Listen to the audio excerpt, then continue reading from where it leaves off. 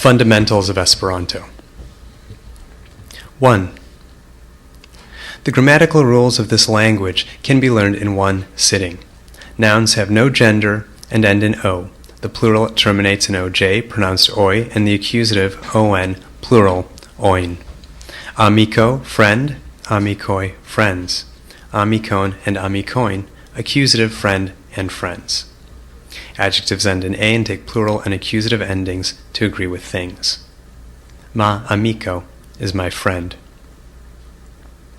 All verbs are regular and have only one form for each tense or mood. They are not altered for person or number. Mi havas bonajn amikoin is simply to say, I have good friends. Adverbs end in e. La bonaj amiko estas ie. The good friend is here. 2. A new book appears in Esperanto every week. Radio stations in Europe, the United States, China, Russia, and Brazil broadcast in Esperanto, as does Vatican Radio. In 1959, UNESCO declared the International Federation of Esperanto Speakers to be in accord with its mission and granted this body consultative status. The youth branch of the International Federation of Esperanto Speakers, UTA, has offices in 80 different countries and organizes social events where young people curious about this movement may dance to recordings by Esperanto artists, enjoy complimentary soft drinks, and take home Esperanto versions of major literary works, including the Old Testament and A Midsummer Night's Dream. William Shatner's first feature-length vehicle was a horror film shot entirely in Esperanto. Esperanto is among the languages currently sailing into deep space on board the Voyager spacecraft. 3. Esperanto is an artificial language constructed in 1887 by L.L. Zamenhof, a Polish oculist.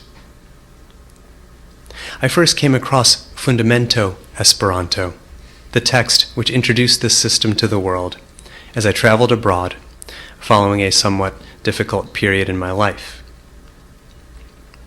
It was twilight, and snowing on the railway platform just outside Warsaw, where I had missed my connection.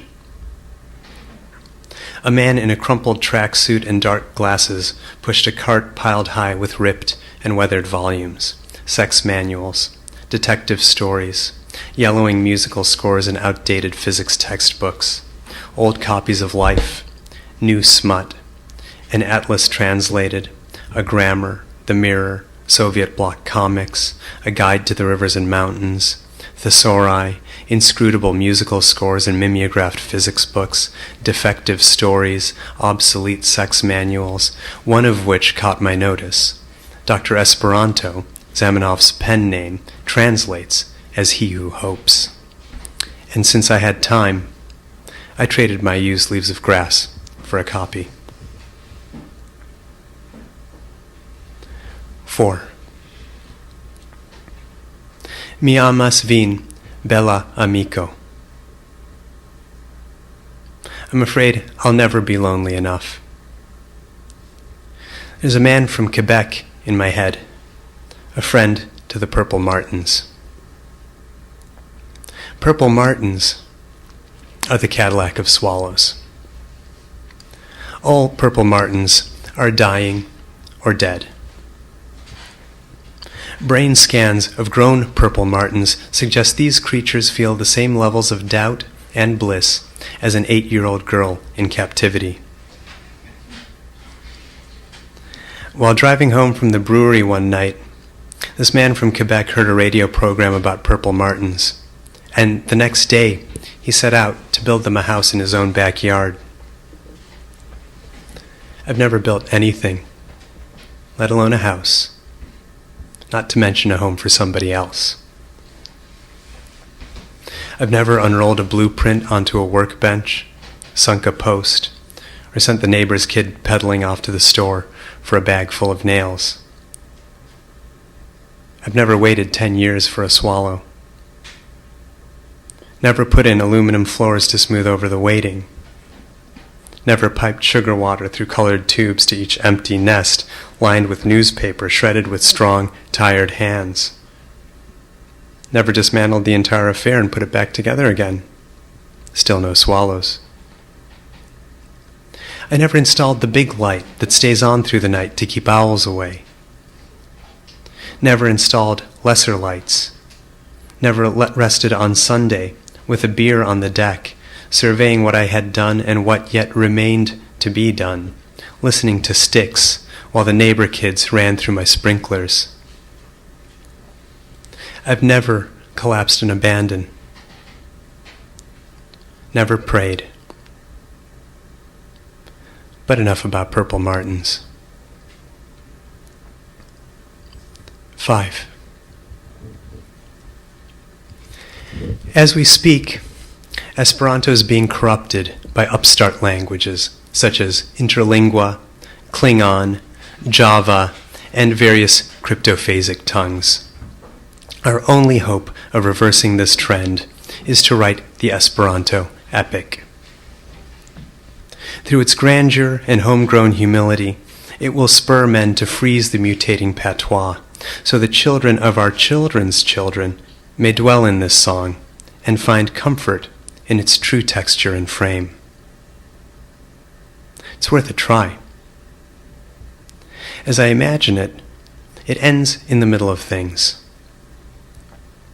Every line of the work is a first and a last line, and this is the spring of its action. Of course, there's a journey, and inside that journey, an implicit voyage through the underworld.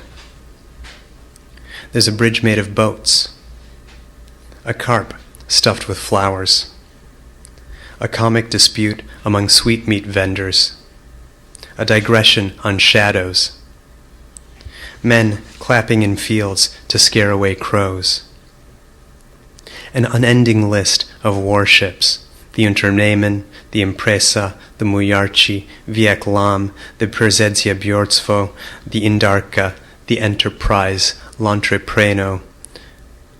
One could go on. But by now, all the characters have turned into swallows and bank as one flock in the sky. That is, all except one. That's how we finally learn who the hero was all along. Weary and old, he sits on a rock and watches his friends fly, one by one, straight out of the song. Then turns back to the journey they all began long, long ago, keeping the river to his right.